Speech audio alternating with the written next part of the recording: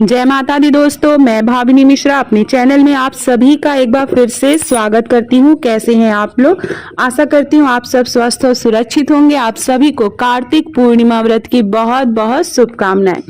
इस वीडियो में मैं आपसे शेयर करने जा रही हूँ कि कार्तिक पूर्णिमा की व्रत कथा है। जब आप तुलसी माँ की पूजा करेंगे, उनकी विदाई करेंगे, तो आज के दिन पूजा में इस कथा को जरूर सुने। तो हाथ में पुष्प और अक्षत ले लेंगे और कथा प्रारंभ करेंगे।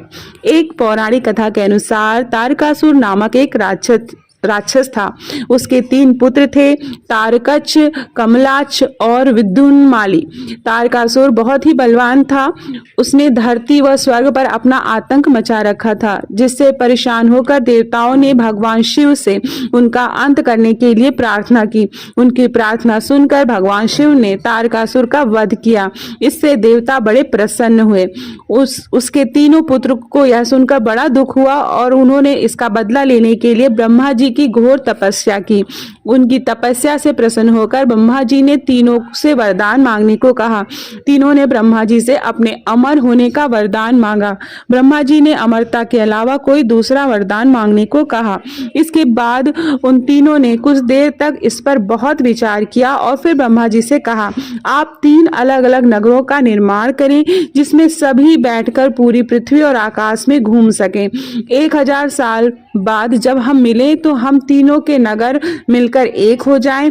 जो देवता तीनों नगरों को एक ही बार से नष्ट करने की क्षमता रखता हो, वही हमारी मृत्यु का कारण बने।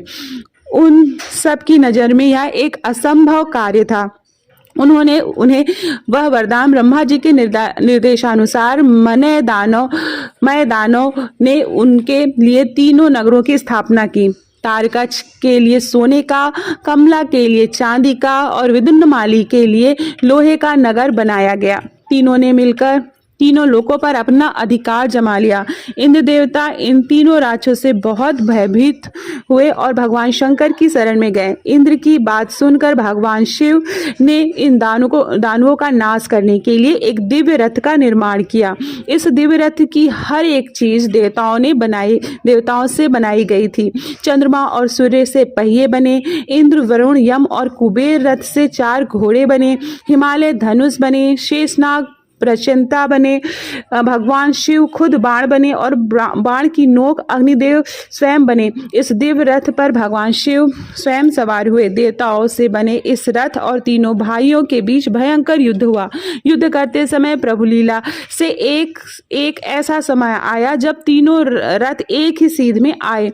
जैसे ही ये तीनों रथ एक सीध में आए, उसी समय भगवान शिव ने अपने बाण छोड़े और तीनों का नाश कर दिया। इसी वध के बाद भगवान शिव को त्रिपुरारी के नाम से जाने लगा। यह थी कार्तिक पूर्णिमा की कथा। आशा करती हूँ आप सबको वीडियो पसंद आया होगा। बहुत बहुत धन्यवाद ये वीडियो देखने के लिए।